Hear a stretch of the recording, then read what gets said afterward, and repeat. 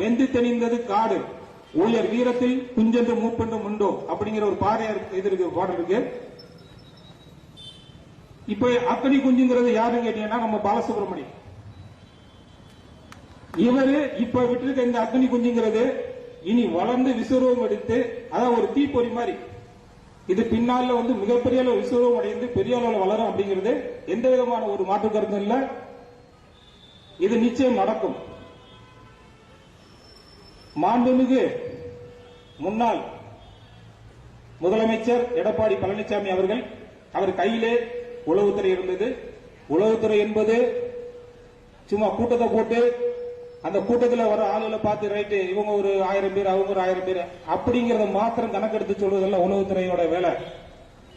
உள்ளபடியே தமிழ்நாட்டில் இருக்கக்கூடிய 2.5 கோடி வேளாளர் மக்களின் எண்ணங்களை புரிந்து அவர்களை எதிர்ப்பை அறிந்து உங்களிடத்திலே சொல்லியிருக்க வேண்டும். மாண்புமிகு முன்னாள் முதல்வர் எடப்பாடி பழனிசாமி அவர்களே உங்களிடத்திலே சொல்லியிருக்க வேண்டும். ஆனால் அவர்கள் சொல்லவில்லை. மற்றும் எப்பொழுதுமே கனவாகவே முதல்வர் பதவியை நினைத்துக் கொண்டிருந்த தற்பொழுதைய மாண்புமிகு மதிப்பிற்கும் மரியாதைக்கும் உரிய தமிழக முதல்வர் ஸ்டாலின் அவர்களின் கனவை நினைவாக்கிய பெருமை உங்களை சாரும். எடப்பாடி பழனிசாமி அவர்களே உங்களை சாரும். ஏன் தெரியுமா? நீங்கள் நினைக்கலாம் நம்ம அவங்களுக்கு இடஒதுக்கீடு கொடுத்தோம், இவங்களுக்கு இந்த பேரை கொடுத்தோம், அதனால நமக்கு இதாச்சு 65 சீட்டு வந்துச்சுன்னு சொன்னீங்க. ஆனா உங்களுக்கு அப்படியே ஆப்போசிட்ல நாங்க திரும்பிட்டோம். நாங்க என்ன பண்ணோம் தெரியுமா?